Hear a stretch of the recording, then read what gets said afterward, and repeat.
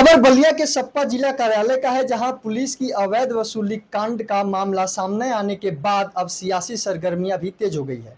बलिया में ट्रकों से पुलिस की अवैध वसूली का भंडाफोड़ होने के बाद अब सपा विधायक संग्राम सिंह यादव ने बीजेपी सरकार को निशाने पर लिया है।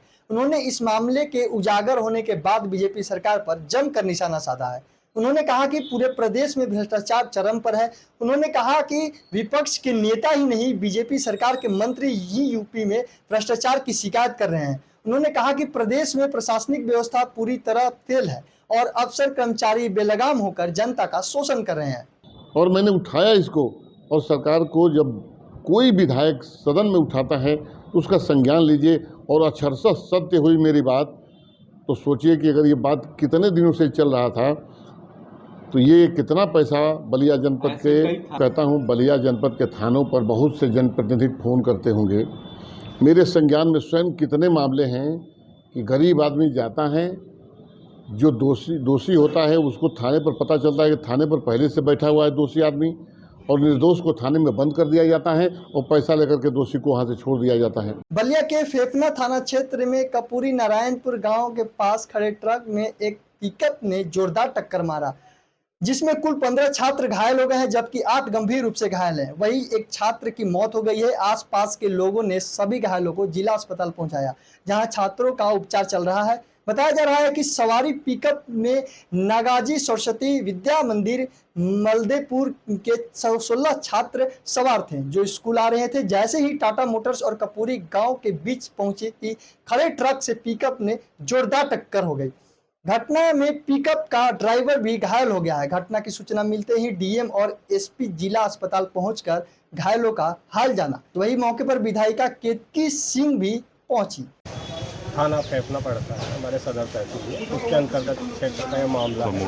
और एक नागा स्कूल है, नागा, तो उसमें वहाँ पे बच्चे जाते थे। तो ये बच्चे अपने साधन से जाते थे, और जो बच्चे हैं एक पिकअप में बैठ करके, जैसे 7-8 बच्चे बैठे, फिर आगे उसी के 7-8 बच्चे ऐसे बैठे, तो उसमें 15 से 20 बच्चे बैठते हैं। और अचानक से क्या हुआ कि पिकअप अनियंत्रित हो गई और राइट लेफ्ट करके। और खबर जलौन के कोच कोतवाली क्षेत्र के ग्राम कुंवरपुरा की घटना है, जहां घर का काम करते वक्त करंट लगने से दंपति की मौत हो गई।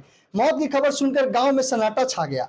आपको बता दें कि घर में काम करते समय पति पंखे से चिपक गया, जिसको देख पत्नी छुड़ाने पहुंची और वह भी उसी में चिपकी रह गई। जिसके बाद सूचना पाकर मौके पर पहुंची पुलिस ने शव को कब्जे में लिया, पंचनामा भरकर पोस्टमार्टम के लिए भेजा। पता नहीं घर पर थे वे, उन्होंने पंखा पकड़ा, पंखे में अचानक करंट उतर आया। पिताजी ने माताजी उन्हें पकड़ने लगे तो दोनों जने चिपक कर रह गए। क्या नाम था? पिताजी का लालता प्रसाद, माताजी का शांति देवी। क्या बजे की घटना होगी? लगभग 7:30-8। अभी तक क्या प्रशासन के द्वारा कोई आया? क्या प्रशासन पूरा है मौजूदगी में।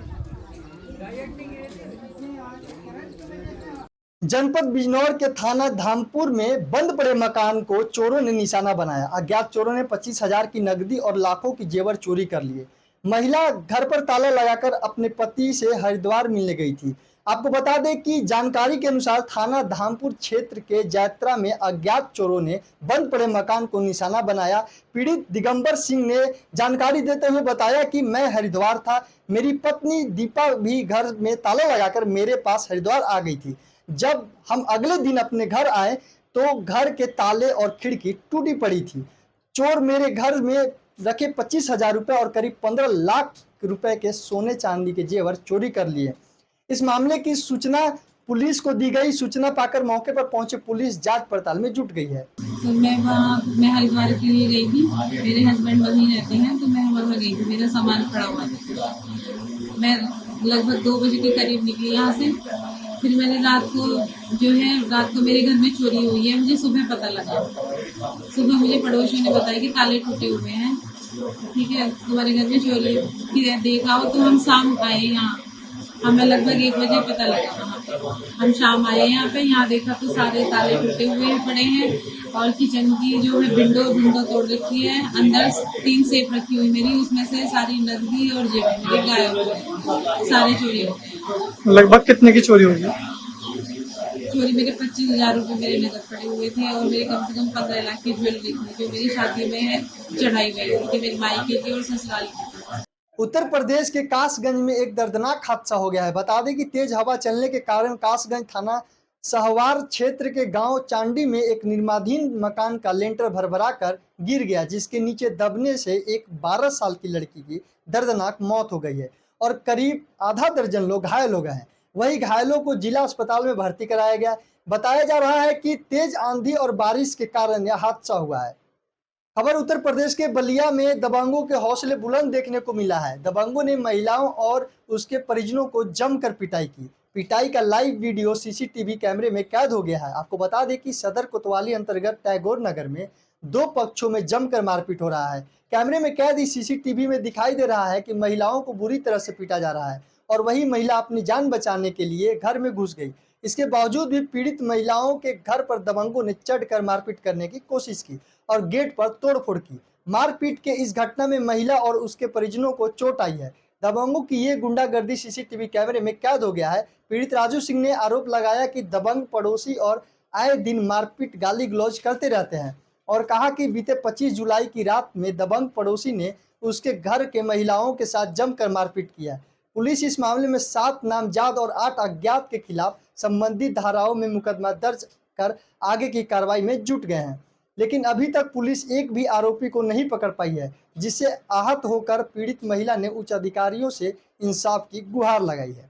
जनपद इटावा के भरथना थाना क्षेत्र के अंतर्गत भरथना रेलवे स्टेशन के समीप मोती मंदिर लंगूर वाली मठिया में महिला दर्शन के लिए गई थी। तभी महिला बीना यादव रेलवे लाइन पार करते समय वंदे भारत ट्रेन के चपेट में आ गई, जिससे उसकी मौत हो गई। आपको बता दें कि वंदे भारत ट्रेन की चपेट में आने से महिला घायल हो गई थी। वही सूचना पर मौके पर पहुंची जीआरपी पुलिस ने घायल महिला की पहचान बीना यादव पति बल्लू यादव के रूप में की और परिजनों को सूचना दी। सूचना मिलते ही परिजन इलाज के लिए घायल महिला को भरथना सीएससी लेकर पहुंचे, जहां गंभीर स्थिति को देखते हुए डॉक्टर ने इटावा जिला अस्पताल रेफर कर दिया, जहां से महिला को आगरा के लिए रेफर किया गया, लेकिन महिला ने रास्ते में ही दम तोड़ दिया।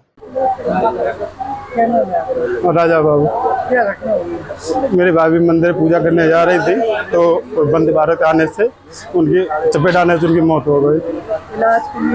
हाँ, ले गए तो यहाँ पुराने बर्तन हॉस्पिटल ले गए, उस पर रेफर कर दिया मोती झील के लिए। वहाँ पे गया, देखा, चेकअप किया और वहाँ से अस्पताल घोषित कर दिया। बीना ऐसे होगी 35 साल।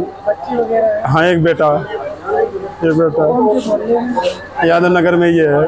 सांसद जगदम्बिका पाल की अगुवाई में नगर विकास और ऊर्जा मंत्री उत्तर प्रदेश सरकार AK शर्मा द्वारा जनपद के बाढ़ पीड़ितों में बाढ़ राहत सामग्री का वितरण किया गया। विकास खंड जोगिया में मरवाटिया के कार्यक्रम का आयोजन कर राहत सामग्री का वितरण के दौरान मौजूद जिलाधिकारी राजा गणपति आर ने जानकारी देते हुए बताया कि जिले के कुल 350 गांव प्रभावित रहे, जिसमें 150 गांव मैरून रहे, जिनको बाढ़ के दौरान जिला प्रशासन के द्वारा हर प्रकार के मदद उपलब्ध कराई गई है और अभी तक 56,000 बाढ़ राहत किट बांटी जा चुकी है, साथ ही लगातार बांटी भी जा रही है। सांसद जगदम्बिका पाल ने बाढ़ के दौरान जिलाधिकारी की सूझबूझ और कार्य कुशलता की प्रशंसा करते हुए कहा कि पूर्ववर्ती सरकारों में राहत के नाम पर खाना पूर्ति होती रही, लेकिन हमारी सरकार देश की जनता के लिए जिम्मेदार और संवेदनशील है, इसलिए हम अंतिम व्यक्ति तक योजना की पूरी तरह पहुंचाएंगे। मटिया और टनिया गांव के लोगों को बाढ़ की राहत सामग्री माननीय सांसद जी के उपस्थिति में, जिलाधिकारी की उपस्थिति में, अन्य महानुभावों की उपस्थिति में, ग्रामजनों की उपस्थिति में वितरित की गई। यहाँ बाढ़ आई थी, जैसा कि जिलाधिकारी ने सबको बताया, ये पूरा जिला बाढ़ से बुरी तरह से प्रभावित था। 5 तहसीलें प्रभावित थी, लगभग 350 गांव प्रभावित थे, उसमें 150 गांव तो लगभग एकदम डूब गए थे और उसमें राहत सामग्री बांटने का बहुत व्यापक कार्यक्रम चला है। लंच पैकेट बांटे गए, राहत सामग्री लगभग 1 लाख पैकेट बांटी गई है। उसी क्रम में आज इस गांव में भी वितरण किया गया है। मैं आशा रखता हूँ, विश्वास करता हूँ कि सरकार द्वारा दी गई, माननीय मुख्यमंत्री द्वारा दी गई, माननीय सांसद, माननीय जिलाधिकारी जी द्वारा दी गई इस राहत सामग्री से बाढ़ प्रभावित लोगों का जीवन फिर से पटरी पर आएगा, फिर से उनका जीवन सुखमय आएगा, पूरा नॉर्मल बनेगा। और सरकार के द्वारा अन्य जो भी कार्य करने हैं, जैसे जहाँ जहाँ बिजली की व्यवस्था बाधित हुई थी, वहाँ बिजली की पुनः चालू करने का प्रयास किया गया, प्रयास हो रहा है। इसी प्रकार से अन्य भी जो काम है किए जा रहे हैं। मैं सबको एक बार फिर से बाढ़ प्रभावित लोगों को फिर से मैं अपनी शुभकामना देता हूँ।